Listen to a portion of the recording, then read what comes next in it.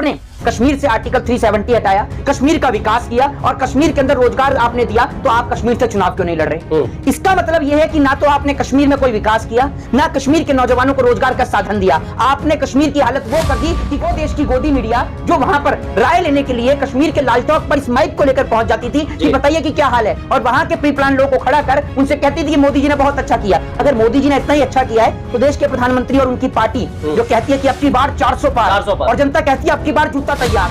अरे भारतीय जनता पार्टी के अंधभक्तों, जिन्होंने आंख पर न जाने कौन सा भक्ति का चश्मा पहन रखा है, जरा 5 नाम अपने उन नेताओं का लिख के दिखा दो कमेंट बॉक्स में जिन्होंने कश्मीर के अंदर प्लॉट लिया हो। आप कश्मीर में प्लॉट लोगे? आपको तो सरकार ने नंगा करने का काम किया है। 5 किलो राशन तो आप सरकार से मांग के खा रहे हो, आप कश्मीर में प्लॉट खरीदोगे? जिस मुख्यमंत्री की आप बात करें ना, उत्तर प्रदेश का मुख्यमंत्री, जो आदमी आप ये समझ लीजिए सन्यासी जीवन को छोड़कर राजनीति में आ गया ना, जिसने भगवान को छोड़ दिया, वो आदमी किसी को भी छोड़ने का सामर्थ्य रख सकता है। ये बात मैं आपको बता दूं। अगर पूरा देश एक हो जाए और हिंदू मुसलमान के नाम पर नहीं, सिर्फ इस राष्ट्र, इस तिरंगे के नाम पर अगर वोट देने लग जाए, तो मैं कहता हूं पूरे देश के अंदर बीजेपी का कहीं पर भी कोई भी कैंडिडेट और प्रत्याशी खड़ा नहीं हो सकता।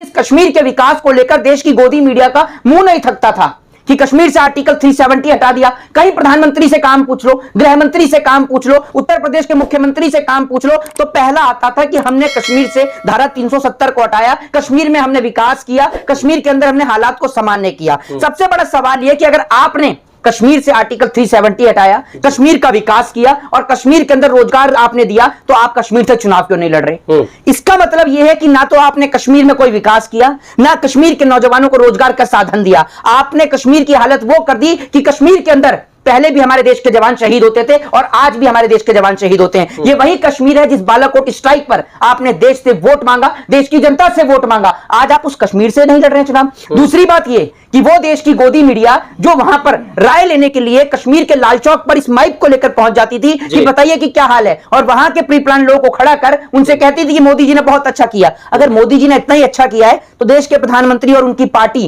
जो कहती है कि अब की बार 400 पार और जनता कहती है अब की बार जूता तैयार, अच्छा, वो जनता, आप एक बात, वो पार्टी आज क्यों चुनाव नहीं लड़ रही है कश्मीर से? मुझे जवाब दीजिए ना। क्योंकि कश्मीर से भारतीय जनता पार्टी की या फिर भ्रष्टाचार वाली पार्टी की जमानत जब्त हो जाएगी। आज कश्मीर का चुनाव 10 साल से विधानसभा का चुनाव नहीं हो रहा है कश्मीर में। आपको ये बात पता है? जी बिल्कुल। कश्मीर में 10 साल से चुनाव नहीं हो रहे विधानसभा के चुनाव। आपने कहा कि हमने इसलिए नहीं करे क्योंकि वहां पर जो है भ्रष्टाचार बहुत हो रहा था। एक बात आप मुझे बताइए, अगर कश्मीर में भ्रष्टाचार हो रहा था और अब आपने सब कुछ सामान्य कर दिया, तो आप कश्मीर से चुनाव क्यों नहीं लड़ रहे हैं? जरा सवाल का तो जवाब दीजिए। कश्मीर जो कि भारत का एक अभिन्न अंग है, भारत का जन्नत उसको कहा जाता है, भारत का स्वर्ग उसको कहा जाता है, वहां से विश्व की जो अपने आप को सबसे बड़ी पार्टी बताती है, वहां से चुनाव क्यों नहीं लड़ रही है? और देश की गोदी मीडिया और भारतीय जनता पार्टी के एक से एक नमूने, कमर्शियल सिलेंडर वाली आंटी जो राहुल गांधी को कह रही है कि अमेठी से क्यों नहीं लड़ रहे, जरा ये तो बता दो कश्मीर से क्यों नहीं लड़ रही? इस सवाल का जवाब है राहुल गांधी लड़ रहे हैं लेकिन चुनाव अमेठी से। राहुल गांधी, सुन लीजिए, राहुल गांधी चुनाव लड़े ना लड़े वो विषय नहीं है। राहुल गांधी कहीं से तो लड़ रहे हैं। आप तो ये बताइए ना, आप तो 400 पार का दावा करने वाली पार्टी आज इतना घबरा गई कि कश्मीर में चुनाव भी नहीं लड़ रही है। क्योंकि कश्मीर का नौजवान, कश्मीर का कश्मीरी पंडित हो चाहे कश्मीर का देश का हमारे मुसलमान हो, आज सब इनके विरोध में है। आप क्या समझ रहे हैं? कश्मीर के अंदर कश्मीर का हिंदू मुस्लिम सिख ईसाई एक है। ये लोग जिस तरीके से कश्मीर में नफरत फैलाने का काम करते हैं ना, कश्मीर का ऐसा माहौल नहीं है जैसा माहौल टीवी पर दिखाया जाता है, जैसा माहौल अखबारों में दिखाया जा रहा था। कश्मीर तो वो दिल की और मोहब्बत की जगह है। मैं कश्मीर गया हूं, कश्मीर के लोग इतनी मोहब्बत करते हैं, दिल से प्यार से उनके फूल झलकते हैं। इन्होंने तो कश्मीर को बदनाम करने का काम किया है। और मैं आपको दावे के साथ कह सकता हूं, कश्मीर में एक भी आतंकवादी हमला नहीं होगा। कश्मीर की घाटी में सिर्फ अमन चैन और शांति रहेगी। बस आप एक काम करिए, कश्मीर के बॉर्डर पर नेताओं के बच्चों को खड़ा कर दीजिए। ये हमारे देश के जवान इसलिए शहीद होते हैं, आज बता देता हूं, क्योंकि आर्मी के अंदर इस देश के किसान का, इस देश के मजदूर का, इस देश के आदिवासी का बेटा है। इसलिए कश्मीर में हमारे जवान शहीद होते हैं। आज कश्मीर से मेरे को मैसेज आते हैं कि कश्मीर में रोजगार नहीं है। आपको पता है, आप चले जाइए जम्मू कश्मीर, आज भी आपको मॉल नहीं देखने को मिलेंगे वहां पर। बताइए ना, कश्मीर से आर्टिकल 370 हटाया सिर्फ इसलिए। ये लोग बड़े जोर शोर से चिल्ला रहे थे कि कश्मीर में हर कोई प्लॉट लेगा।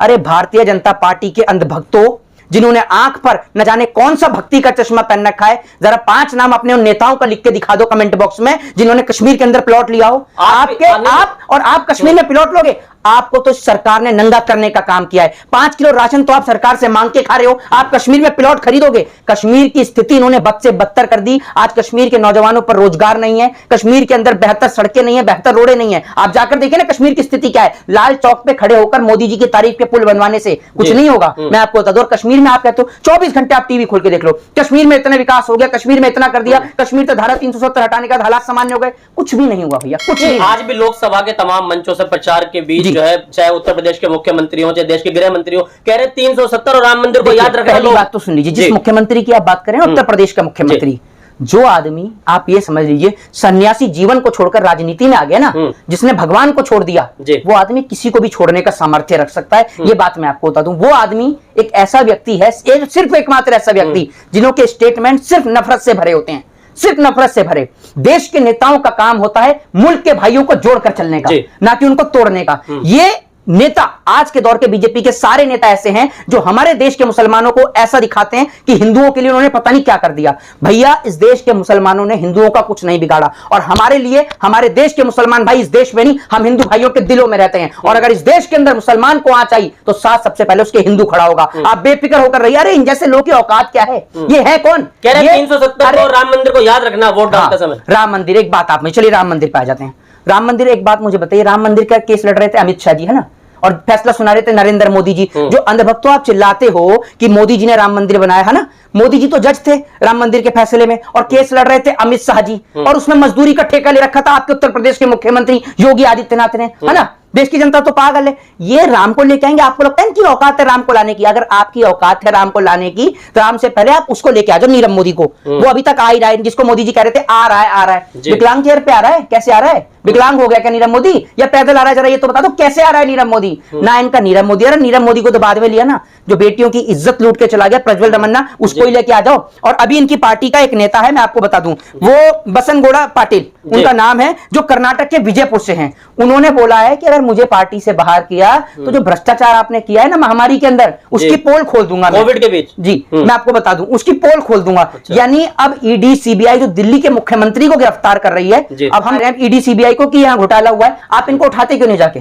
अरेस्ट करो इसको। ये जो कर्नाटक के नेता ने बोला है, आप इसको क्यों नहीं पकड़ते? पकड़ के पूछिए कि कौन सा घोटाला हुआ है। लेकिन ये सवालों का जवाब नहीं देंगे। दूसरी बात ये कि लोगों की लाशों पर राजनीति करने वाली भारतीय जनता पार्टी की सरकार, आज देश के लोगों को याद करना चाहिए वो वक्त जब देश के लोग पैदल जब इस देश के अंदर लॉकडाउन हुआ तो पैदल घरों तक गए, और कितनी बेरहमी के साथ पुलों के ऊपर देश की बेटियों ने अपने बच्चों को जन्म दिया। आज अगर देश की जनता नहीं जागी तो ये देश, ये मुल्क बर्बाद हो जाएगा। और मैं आपको बता रहा हूं, जिस तरीके से कश्मीर से भारतीय जनता पार्टी भागी है, अगर पूरा देश एक हो जाए और हिंदू मुसलमान के नाम पर नहीं, सिर्फ इस राष्ट्र, इस तिरंगे के नाम पर अगर वोट देने लग जाए, तो मैं कहता हूं पूरे देश के अंदर बीजेपी का कहीं पर भी कोई भी कैंडिडेट और प्रत्याशी खड़ा नहीं हो सकता। मैं आपको एक अंत में बता देता हूं कि कश्मीर से धारा 370 क्यों हटाया गया।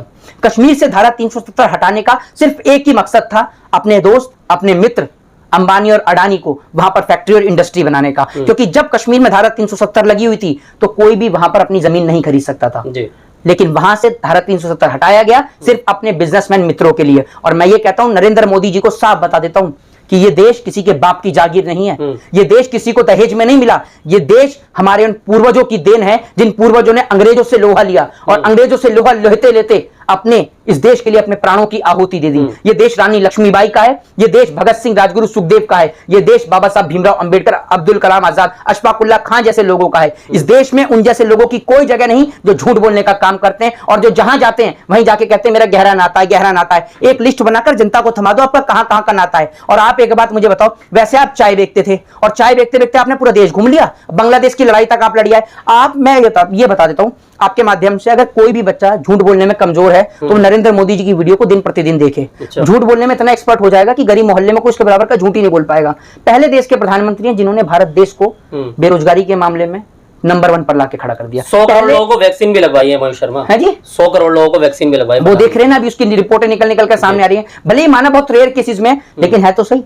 10 लाख में 7 लोग हैं, वो 7 लोगों का जो जीवन धारण का घर परिवार कौन चलाएगा? जरा ये तो बताइए आप। सर्टिफिकेट से प्रधानमंत्री का फोटो भी गायब हो गया है। अरे प्रधानमंत्री, इस प्रधानमंत्री का फोटो देश से हटना है, अभी तो सर्टिफिकेट से हटना है। अच्छा। ये देश से हटना है प्रधानमंत्री का फोटो। 400 सीटें कैसे ला रहे हैं फिर ये? 400 सीटें बेमानी करके लाएंगे, घपला करके ले आएंगे। ये मेयर का चुनाव लड़ने की इनकी औकात नहीं है। ये बेमानी के बिना एक छोटा सा चुनाव नहीं जीत सकते। और मैं कहता हूं जिस दिन ये देश से जाएंगे, इनको कंडक्टर बस की टिकट नहीं देगा, ये तो लोकसभा की टिकट। अच्छा, एक आखिरी सवाल होगा। एक मोदी भक्त हुआ करते थे श्याम रंगीला, जो कॉमेडियन भी है, वो अब ये कहना है कि मैं प्रधानमंत्री मोदी के सामने चुनाव लड़ूंगा। देखिए, सबसे पहले तो मैं उनको बधाई देता हूं और उनको कहता हूं कि वो अधिक से अधिक वोटों से जीते। मेरा सपोर्ट और सहयोग उनके साथ है। और सुन के बड़ी खुशी हुई कि देश के नौजवान आज परिवर्तित हो रहे हैं और परिवर्तित होकर देश की राजनीति में अपना रुझान दे रहे हैं, आकर चुनाव लड़ रहे हैं। लोकतंत्र में सबको चुनाव लड़ने का अधिकार है और अधिकार बाबा साहब ने दिया है। और बाबा साहब की वजह से आज श्याम रंगीला हो या कोई भी हो, वो सब चुनाव में लड़ रहे हैं। और बहुत खुशी की बात है कि वो नरेंद्र मोदी के सामने लड़ रहे हैं। और मैं वहां के वोटर से ये निवेदन करूंगा कि श्याम रंगीला को ज्यादा से ज्यादा वोट दें, उनको विजयी बनाएं, क्योंकि नौजवान की जरूरत आज इस देश को भी है और राजनीति को भी है।